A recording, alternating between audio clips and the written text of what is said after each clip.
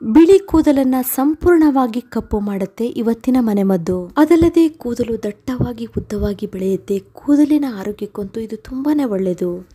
ಬಿಳಿ ಕೂದಲನ್ನು ಕಡು ಕಪ್ಪಾಗಿ ಮಾಡುತ್ತೆ. ಚಿಕ್ಕ ವಯಸ್ಸಿನಲ್ಲೇ ಕೂದಲು ಬಿಳಿ ಆಗ್ತಾ ಇದೆಯಾ?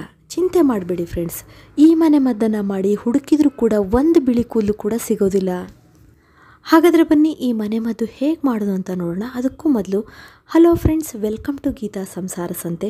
ಯಾರು ನನ್ನ ಚಾನಲ್ನ ಇನ್ನೂ ಸಬ್ಸ್ಕ್ರೈಬ್ ಮಾಡ್ಕೊಂಡಿಲ್ಲ, ಪ್ಲೀಸ್ ಇವಾಗಲೇ ನನ್ನ ಚಾನಲ್ನ ಸಬ್ಸ್ಕ್ರೈಬ್ ಮಾಡ್ಕೊಳ್ಳಿ. ತುಂಬ ಜನ ನನ್ನ ಚಾನಲ್ನ ಸಬ್ಸ್ಕ್ರೈಬ್ ಮಾಡ್ಕೊಳ್ಳದೆ ನೋಡ್ತಾ ಇದ್ದೀರಾ. ನೀವು ಸಬ್ಸ್ಕ್ರೈಬ್ ಮಾಡ್ಕೊಳ್ಳೋದ್ರ ಜೊತೆಗೆ ಪಕ್ಕದಲ್ಲಿ ಒಂದು ಬೆಲ್ ಐಕನ್ ಇರುತ್ತೆ, ಅದನ್ನು ಪ್ರೆಸ್ ಮಾಡಿ. ನನ್ನ ಎಲ್ಲ ವೀಡಿಯೋಗಳು ನಿಮಗೆ ಫಸ್ಟ್ ಫ್ರೀಯಾಗಿ ತಲುಪುತ್ತೆ.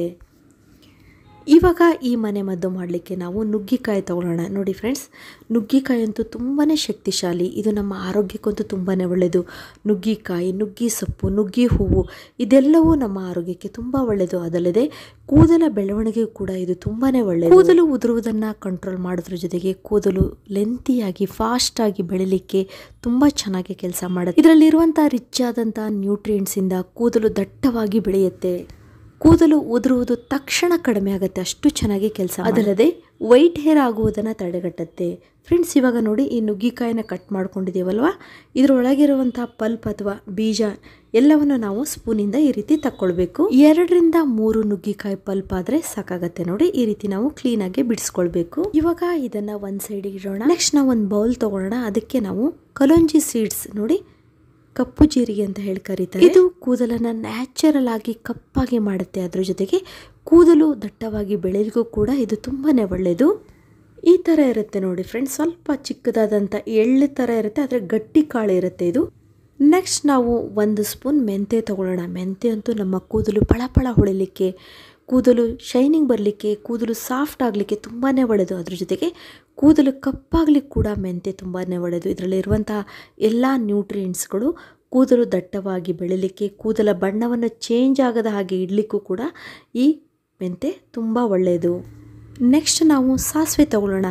ಸಾಸಿವೆ ಕೂಡ ಬಿಳಿ ಕೂದಲಾಗುವುದನ್ನು ತಡೆಗಟ್ಟುತ್ತೆ. ಒಂದು ವೇಳೆ ನಿಮಗೆ ಆಲ್ರೆಡಿ ಬಿಳಿ ಕೂದಲಾಗಿದ್ದರೂ ಈ ಸಾಸಿವೆನ ಈ ರೀತಿ ಉಪಯೋಗ ಮಾಡ್ತಾ ಬಂದರೆ ಬಿಳಿ ಕೂದಲು ಬುಡದಿಂದಲೇ ಕಪ್ಪಾಗಿ ಬೆಳೆಯುತ್ತೆ. ಇವಾಗ ನಾವು 1 ಮುಷ್ಟಿ ಆಗುವಷ್ಟು ಕರಿಬೇವಿನ ಸೊಪ್ಪನ್ನು ತಗೊಳ್ಳೋಣ. ನೋಡಿ, ಕರಿಬೇವಿನ ಸೊಪ್ಪನ್ನು ಚೆನ್ನಾಗಿ ತೊಳೆದಿರಬೇಕು ಮತ್ತು ನೀರಿಲ್ಲದ ಹಾಗೆ ಅದನ್ನು ಆರಿಸ್ಕೊಳ್ಬೇಕು. ಕರಿಬೇವಿನ ಸೊಪ್ಪು ಬಿಳಿ ಕೂದಲಿಗೆ ಶತ್ರು ಅಂತಲೇ ಹೇಳ್ಬೋದು. ಇದು ಪ್ರೀಮೆಚೂರ್ಡ್ ಗ್ರೇ ಹೇರ್ ಆಗೋದನ್ನು ತಡೆಗಟ್ಟುತ್ತೆ. ಯಾಕಂದರೆ ಇದರಲ್ಲಿರುವಂಥ ರಿಚ್ ಆದಂಥ content of anti accidents, vitamin B complex and minerals, ಅದರಲ್ಲೂ ಸೆಲೆನಿಯಂ, ಜಿಂಕ್ ಮತ್ತು ಐರನ್ ಅಂಶ ಇದೆಯಲ್ಲ, ಇದೆಲ್ಲವೂ ನಮ್ಮ ತಲೆಯಲ್ಲಿ ಬಿಳಿ ಕೂದಲು ಆಗುವುದನ್ನು ತಡೆಗಟ್ಟುತ್ತೆ. ಕೂದಲು ಬಿಳಿ ಆಗಲಿಕ್ಕೆ ಬೇಕಾದಂಥ ಅಂಶವನ್ನು ನಮ್ಮ ಕೂದಲಿನ ಬುಡದಲ್ಲಿ ಇದು ಕ್ರಿಯೇಟ್ ಮಾಡುತ್ತೆ. ಅಷ್ಟು ಚೆನ್ನಾಗಿ ಕೆಲಸ ಮಾಡುತ್ತೆ ಫ್ರೆಂಡ್ಸ್. ಅದಲ್ಲದೆ ನಮ್ಮ ಹೇರ್ ಫಾಲಿಕಲ್ಸನ್ನು ಸ್ಟ್ರೆಂತ್ ಮಾಡುತ್ತೆ. ಪರ್ಮನೆಂಟಾಗಿ ನಮ್ಮ ಕೂದಲು ಕಪ್ಪಾಗೋ ಹಾಗೆ ಮಾಡುತ್ತೆ. ಇವಾಗ ನೋಡಿ, ಈ ಎಲ್ಲ ಪದಾರ್ಥಗಳನ್ನು ಒಂದು ಮಿಕ್ಸಿ ಜಾರಿಗೆ ಹಾಕ್ಕೊಂಡು ನಾವು ನೈಸಾಗಿ ಪೌಡ್ರ್ ಮಾಡ್ಕೊಳ್ಳೋಣ. ನೋಡಿ, ಸ್ವಲ್ಪ ಕರ್ಬೇವಿನ ಸೊಪ್ಪು ಜಾಸ್ತಿ ಇರುತ್ತಲ್ಲ, ಹಾಗಾಗಿ ಇದು ಸ್ವಲ್ಪ ಈ ರೀತಿ ತರಿಯಾಗಿ ಪೌಡ್ರ್ ಆಗುತ್ತೆ. ನೋಡಿ, ಇಷ್ಟಾದರೆ ಸಾಕಾಗತ್ತೆ. ಇವಾಗ ನಾವು ಇದನ್ನು ಒಂದು ಬಾಣಲಿಗೆ ಹಾಕಿ ಹುರಿಬೇಕು. ಹಾಗಾಗಿ ಇದನ್ನು ಒಂದು ಈ ಥರ ಪಾತ್ರೆಗೆ ಹಾಕ್ಕೊಳ್ಳೋಣ. ನೋಡಿ, ಸ್ಟವನ್ನು ಆನ್ ಮಾಡಿ ನಾವು ಇದನ್ನು ಹುರಿಬೇಕು, ಚೆನ್ನಾಗಿ ಹುರಿಬೇಕು. ಹೀಟ್ ಜಾಸ್ತಿ ಆಗ್ತಾ ಬಂದ ಹಾಗೆ ಇದು ಕಪ್ಪಾಗ್ತಾ ಬರುತ್ತೆ. ನೋಡಿ, ಚೆನ್ನಾಗಿ ಕಪ್ಪಾಗಬೇಕು, ಅಲ್ಲಿವರೆಗೂ ನಾವು ಹುರಿಬೇಕು. ತುಂಬ ಬೂದಿ ಆಗೋವರೆಗೂ ಬಿಡಬೇಡಿ. ನೋಡಿ, ಇಷ್ಟಾದರೆ ಸಾಕಾಗತ್ತೆ. ಈ ಥರ ಆದ ತಕ್ಷಣ ನೀವು ಸ್ಟವನ್ನು ಆಫ್ ಮಾಡಿಬಿಡಿ. ಇವಾಗ ಇದು ತುಂಬಾ ಬಿಸಿ ಇದೆ. ಇದನ್ನು ಕೂಲ್ ಮಾಡಲಿಕ್ಕೆ ಒಂದು ಪ್ಲೇಟಿಗೆ ಹಾಕ್ಕೊಳ್ಳೋಣ. ನೋಡಿ, ಈ ಥರ ಒಂದು ಪ್ಲೇಟಿಗೆ ಹಾಕ್ಕೊಂಡ್ರೆ ಬೇಗ ನಿಮಗೆ ತಣ್ಣಗಾಗತ್ತೆ. ಇವಾಗ ಇದನ್ನು ಮತ್ತೆ ಮಿಕ್ಸಿಗೆ ಹಾಕಿ ನಾವು ಪೌಡರ್ ಥರ ನೈಸಾಗಿ ನಾವು ಮಿಕ್ಸಿ ಮಾಡ್ಕೊಳ್ಬೇಕು. ನೋಡಿ, ಈ ಥರ ಚೆನ್ನಾಗಿ ಪೌಡ್ರ್ ಆಗುತ್ತೆ ಇದು. ಇವಾಗ ಈ ಪುಡಿಯನ್ನು ನಾವು ಒಂದು ಏರ್ಟೈಟ್ ಬಾಟಲ್ ಹಾಕಿ ಸ್ಟೋರ್ ಮಾಡಿ ಇಟ್ಕೊಳ್ಳೋಣ. ಇದು 1 ಸ್ಪೂನ್ ಆದರೆ ಸಾಕು, ನಮ್ಮ ಕೂದಲು ಸಂಪೂರ್ಣವಾಗಿ ಕಪ್ಪಾಗತ್ತೆ. ಇವಾಗ ಈ ಪೌಡರನ್ನು ನಾವು 2 ವಿಧಾನದಲ್ಲಿ ಬಳಸೋದನ್ನು ಹೇಳ್ತೀನಿ.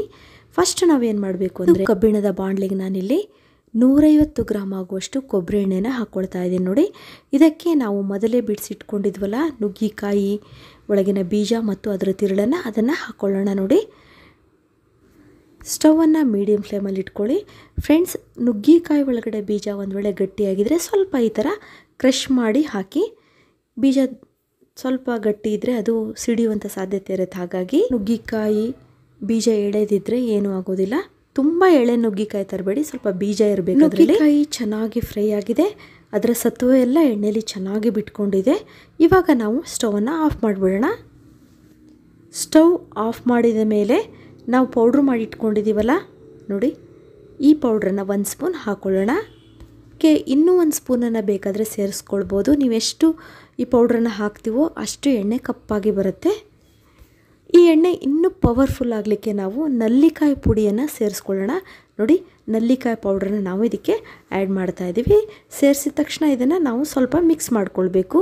ನಲ್ಲಿಕಾಯಿ ಪೌಡ್ರು ಕೂಡ ಕೂದಲು ಕಪ್ಪಾಗಲಿಕ್ಕೆ ತುಂಬಾ ಒಳ್ಳೆಯದು. ನೋಡಿ, ಇದು ಚೆನ್ನಾಗಿ ಮಿಕ್ಸ್ ಮಾಡಿದ್ಮೇಲೆ ಇದನ್ನು ತಣ್ಣಗಾಗೋವರೆಗೂ ನಾವು ಬಿಡಬೇಕು. ನೋಡಿ, ಇವಾಗ ತಣ್ಣಗಾಗ್ತಾ ಇದೆ. ಈ ಎಣ್ಣೆ ತುಂಬಾ ಪವರ್ಫುಲ್ ಆಗಿರುತ್ತೆ, ಕೂದಲು ಬಿಳಿಯಾಗಲಿಕ್ಕೆ ತುಂಬಾ ಒಳ್ಳೆಯದು. ಇದನ್ನು ನಾವು ಇನ್ನೂ ಪವರ್ಫುಲ್ ಆಗಲಿಕ್ಕೆ 1 ದಿವಸ ಹಾಗೆ ಈ ಬಾಣಲೆಯಲ್ಲಿ ಇಟ್ಬಿಡಬೇಕು. ಬೆಳಗಾಗೋ ಅಷ್ಟೊತ್ತಿಗೆ ಇನ್ನೂ ಚೆನ್ನಾಗಿ ಇದು ಕಪ್ಪಾಗಿ ಬರುತ್ತೆ. ಕಬ್ಬಿಣದ ಅಂಶ ಕೂಡ ಈ ಎಣ್ಣೆಯಲ್ಲಿ ಬಂದಿರುತ್ತೆ. ನೋಡಿ, ಇವಾಗ 1 ಡೇ ಆಗಿದೆ. ತಣ್ಣಗಾದ್ಮೇಲೆ ಒಂದು ಬಾಟಲಿಗೆ ಇದನ್ನು ನಾವು ಫಿಲ್ಟ್ರ್ ಮಾಡ್ಕೊಳ್ಳೋಣ. ಫ್ರೆಂಡ್ಸ್, ನೀವು ಇದನ್ನು ಇನ್ನೂ 2 ದಿವಸ ಬೇಕಾದರೆ ಇಡ್ಬೋದು. ತುಂಬ ಚೆನ್ನಾಗಿ ಇದರಲ್ಲಿರುವ ಸತ್ವಗಳು ಎಲ್ಲ ಪದಾರ್ಥಗಳು ಎಣ್ಣೆ ಒಳಗೆ ಬಿಟ್ಕೊಳ್ಳುತ್ತೆ. ನಾನು 1 ದಿವಸಕ್ಕೆ ಇದನ್ನು ಬಾಟ್ಲಿಗೆ ಹಾಕಿಡ್ತಾ ಇದ್ದೀನಿ. ನೋಡಿ, ನಿಮ್ಗೆ ತೋರಿಸ್ಲಿಕ್ಕೋಸ್ಕರ. ನಾನಂತೂ ಆಯಿಲ್ ತಯಾರಿ ಮಾಡಿದರೆ 3-4 ದಿವಸ ಹಾಗೆ ಬಾಣಲೆಯಲ್ಲಿ ಬಿಟ್ಬಿಡ್ತೀನಿ. ಇವಾಗ ನೀವು ನೋಡ್ತಿದ್ದೀರಲ್ಲ ಎಷ್ಟು ಪವರ್ಫುಲ್ ಆದಂಥ ಆಯಿಲ್ ರೆಡಿ ಆಯಿತು. ಇದು ನಿಮಗೆ ಎಲ್ಲೂ ಮಾರ್ಕೆಟಲ್ಲಿ ಕೂಡ ಸಿಗೋದಿಲ್ಲ. ಅಷ್ಟು ನ್ಯಾಚುರಲ್ ಆಗಿ ನಮ್ಮ ಕೂದಲನ್ನು ಕಪ್ಪಾಗಿ ಮಾಡುತ್ತೆ. ಕೂದಲು ಉದುರೋದನ್ನು ಕಡಿಮೆ ಮಾಡುತ್ತೆ. ಕೂದಲು ದಟ್ಟವಾಗಿ ಬುಡದಿಂದಲೇ ಚೆನ್ನಾಗಿ ಬೆಳೆಯುವಂತೆ ಮಾಡುತ್ತೆ. ಇದರಲ್ಲಿ ನಾವು ಕಲೋಂಜಿ ಮತ್ತು ಕರಿಬೇವಿನ ಸೊಪ್ಪನ್ನು ಯೂಸ್ ಮಾಡಿದ್ದೀವಲ್ಲ, ಇವೆರಡು ಕೂದಲು ತುಂಬ ಚೆನ್ನಾಗಿ ಬೆಳಿಲಿಕ್ಕೆ ಮತ್ತು ಕೂದಲು ಕಪ್ಪಾಗಿ ಬೆಳಿಲಿಕ್ಕೆ ಹೆಲ್ಪ್ ಮಾಡುತ್ತೆ. ಇದು ಚಿಕ್ಕ ವಯಸ್ಸಿನಲ್ಲೇ ಬಿಳಿ ಕೂದಲು ಆಗಿರುತ್ತಲ್ಲ, ಅದನ್ನೆಲ್ಲ ಕಡಿಮೆ ಮಾಡುತ್ತೆ. ಇದನ್ನು ನೀವು ಉಪಯೋಗಿಸ್ತಾ ಬಂದರೆ ನಮಗೆ ವಯಸ್ಸಾದರೂ ಕೂಡ ಬಿಳಿ ಕೂದಲು ಬರೋದೇ ಇಲ್ಲ, ಅಷ್ಟು ಚೆನ್ನಾಗಿ ಇದು ಕೆಲಸ ಮಾಡುತ್ತೆ. ಇದನ್ನು ನೀವು ತಯಾರಿ ಮಾಡಿ ಇಟ್ಕೊಂಡ್ರೆ 1 ವರ್ಷದವರೆಗೂ ನೀವು ಆರಾಮಾಗಿ ಯೂಸ್ ಮಾಡ್ಬೋದು. ಜಾಸ್ತಿ ಪ್ರಮಾಣದಲ್ಲಿ ಬೇಕಾದರೆ ನೀವು ಮಾಡಿಟ್ಕೊಳ್ಬೋದು. ನೀವು ವಾರಕ್ಕೆ 2 ಸಲ ಕೂದಲಿಗೆ ಅಪ್ಲೈ ಮಾಡ್ಕೊಳ್ಬೇಕು. ನೀವು ರಾತ್ರಿ ಮಲಗೋದಕ್ಕಿಂತ ಮೊದಲು ಕೂದಲಿಗೆ ಚೆನ್ನಾಗಿ ಇದನ್ನು ಅಪ್ಲೈ ಮಾಡಿ ಮಸಾಜ್ ಮಾಡಿ. ಒಂದು ವೇಳೆ ಟೈಮ್ ಇದ್ದರೆ ನಿಮಗೆ ಬೆಳಗ್ಗೆ ಕೂಡ ನೀವು ಚೆನ್ನಾಗಿ ಇದನ್ನು ಅಪ್ಲೈ ಮಾಡಿಕೊಂಡು 8 ಗಂಟೆಗಳ ಕಾಲ ಈ ಆಯಿಲ್ ನಿಮ್ಮ ತಲೆಯಲ್ಲಿರಬೇಕು. ನೆಕ್ಸ್ಟ್ ನೀವು ನಿಮ್ಗೆ ಇಷ್ಟ ಆಗುವಂಥ ಶಾಂಪೂನ ಯೂಸ್ ಮಾಡಿಕೊಂಡು ಹೇರ್ ವಾಶ್ ಮಾಡ್ಕೊಳ್ಳಿ. ಇವಾಗ ನಾವು 2ನೇ ವಿಧಾನವನ್ನು ಹೇಳ್ತೀನಿ, ಶಾಂಪೂನ ಹೇಗೆ ಬಳಸಬೇಕು ಅಂತ ಹೇಳಿ. ಇಲ್ಲಿ ನಾನು ನೋಡಿ, ಒಂದು ಬೌಲಿಗೆ 1 ಸ್ಪೂನ್ ಆಗುವಷ್ಟು ನಾವು ತಯಾರಿಸಿದಂಥ ಪೌಡ್ರ್ ಹಾಕ್ಕೊಳ್ಬೇಕು. ನೆಕ್ಸ್ಟು ನಿಮ್ಗೆ ಇಷ್ಟವಾದಂಥ ಶಾಂಪೂ ಹಾಕ್ಕೊಳ್ಳಿ, ಯಾವುದಾದ್ರು ಹಾಕ್ಕೊಳ್ಬೋದು. ನಿಮ್ಗೆ ಯಾವ್ದು ಇಷ್ಟನೋ ಆ ಶಾಂಪೂ ಅದನ್ನು ನೀವು ಮಿಕ್ಸ್ ಮಾಡ್ಕೊಳ್ಳಿ. ಇಲ್ಲಿ ಪೌಡರ್ ಪ್ರಮಾಣ ಬೇಕಾದರೆ ನೀವು 2 ಸ್ಪೂನ್ ಹಾಕ್ಕೋಬೋದು. ಶಾಂಪು ನಿಮ್ಮ ಹೇರ್ ಎಷ್ಟು ಲೆಂತಿ ಆಗಿದೆ ಅದರ ಮೇಲೆ ಡಿಪೆಂಡ್ ಆಗುತ್ತೆ. ಇದಕ್ಕೆ ಸ್ವಲ್ಪ ನೀರನ್ನು ಸೇರಿಸ್ಕೊಳ್ಳೋಣ. ನೋಡಿ, ನೆಕ್ಸ್ಟು ಚೆನ್ನಾಗಿ ನಾವು ಇದನ್ನು ಮಿಕ್ಸ್ ಮಾಡ್ಕೊಳ್ಬೇಕು. ಸೂಪರ್ ಆಗಿರುವಂಥ ಶಾಂಪೂ ರೆಡಿಯಾಗುತ್ತೆ. ಇದು ಕೂದಲನ್ನು ಕಪ್ಪಾಗಿ ಮಾಡುತ್ತೆ. ಅದಲ್ಲದೆ ಶಾಂಪೂನಲ್ಲಿರುವಂಥ ಕೆಮಿಕಲ್ ಅಂಶ ಇರುತ್ತಲ್ಲ ಅದನ್ನು ಕಡಿಮೆ ಮಾಡುತ್ತೆ. ಈ ರೀತಿ ನಾವು ಶಾಂಪೂ ತಯಾರಿ ಮಾಡಿಟ್ಕೊಂಡ್ರೆ ಶಾಂಪೂನಿಂದ ಉಂಟಾಗುವಂಥ ಹಾನಿ ಕೂಡ ಕಡಿಮೆ ಆಗುತ್ತೆ. ನೋಡಿ, ಶಾಂಪೂನ ತಲೆಗೆ ಚೆನ್ನಾಗಿ ಹಚ್ಕೊಂಡು ಮಸಾಜ್ ಮಾಡಿ 1-2 ನಿಮಿಷ ಬಿಟ್ಬಿಟ್ಟು ಆಮೇಲೆ ಹೇರ್ ವಾಶ್ ಮಾಡ್ಕೊಳ್ಳಿ. ಈ ವಿಡಿಯೋ ಇಷ್ಟ ಆಗಿದ್ದಕ್ಕೆ ಒಂದು ಲೈಕ್ ಕೊಡೋದಂತೂ ಮರಿಲೇಬೇಡಿ ಫ್ರೆಂಡ್ಸ್. ಮತ್ತೆ ಭೇಟಿ ಆಗೋಣ ಹೊಸದೊಂದು ವಿಡಿಯೋದೊಂದಿಗೆ. Till then be happy, take care, bye.